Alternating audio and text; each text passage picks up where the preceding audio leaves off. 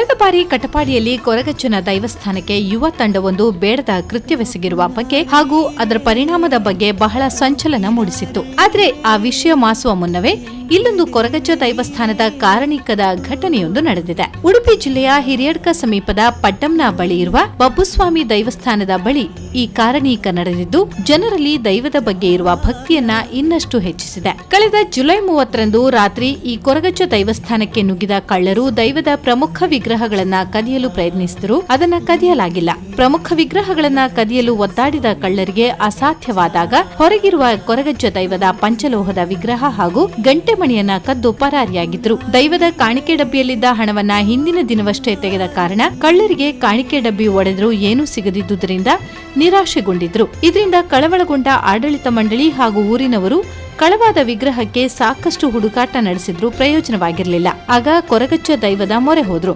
ಇದಾದ ಮರುದಿನವೇ ಕಳವಾಗಿದ್ದ ವಿಗ್ರಹಗಳು ದೈವಸ್ಥಾನದ ಹತ್ತಿರ ಪತ್ತೆಯಾಗಿದ್ದು ಎಲ್ಲರಲ್ಲೂ ಅಚ್ಚರಿ ಮೂಡಿಸಿದೆ. ದೈವದ ಈ ಕಾರಣೀಕದ ಘಟನೆ ಭಕ್ತರಲ್ಲಿ ಬಹಳ ಅಚ್ಚರಿ ತರಿಸಿದ್ದು ಕೊರಗಜ್ಜನ ಕಾರಣಿಕವೇ ಇದಕ್ಕೆ ಕಾರಣ ಎನ್ನುತ್ತಿದ್ದಾರೆ ಸ್ಥಳೀಯರು. ಅದು ಸಿಕ್ಕಿದ್ರೆ ನಮ್ಗೆ ಸಿಗಬೇಕು, ಸಿಗದಿದ್ರೆ ನಾವು ಪೂಜೆ ಮಾಡುದಿಲ್ಲ, ಕೈ ಮಾಡುವ ಕೊರಗಜ್ಜ ಇದ್ರೆ ಅಂತೇಳಿ ನಾವು ಹೇಳಿದೆವು. ಹಾಗೆ ಮರುದಿನ ತಂದು ಹಾಕಿದ್ದಾರೆ, ಕೊರಗಜ್ಜನ ಹಿಂದೆನೆ ಹಾಕಿದ್ದಾರೆ ತಂದು ಗುಡಿಯ. ಈಗ ಅದು ಸಿಕ್ಕಿದೆ. ಅದೇನೇ ಇದ್ರೂ ತುಳುನಾಡಿನಲ್ಲಿರುವ ದೈವ ದೇವರುಗಳು ಒಂದಲ್ಲ ಒಂದು ಕಾರಣಿಕವನ್ನ ಹೊಂದಿರುತ್ತಾರೆ ಎನ್ನುವುದಕ್ಕೆ ಇಂತಹ ಘಟನೆಗಳು ಸಾಕ್ಷಿಯಾಗಿವೆ.